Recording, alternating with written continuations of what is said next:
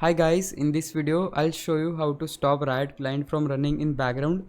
If this video helps you, please consider subscribing my YouTube channel and liking the video. So first of all, if you want to stop Riot client running in background temporary, for that you just need to click on this little arrow and then you will find the Riot client logo. So we just need to hit right click and click on exit. So what it will do, it will just close Riot client for now. If you want to stop it permanently, for that you just need to open Riot client app. Now here click on the profile icon which you can see at the top right hand corner. Click on settings and right here we have two things. The first one is startup behavior.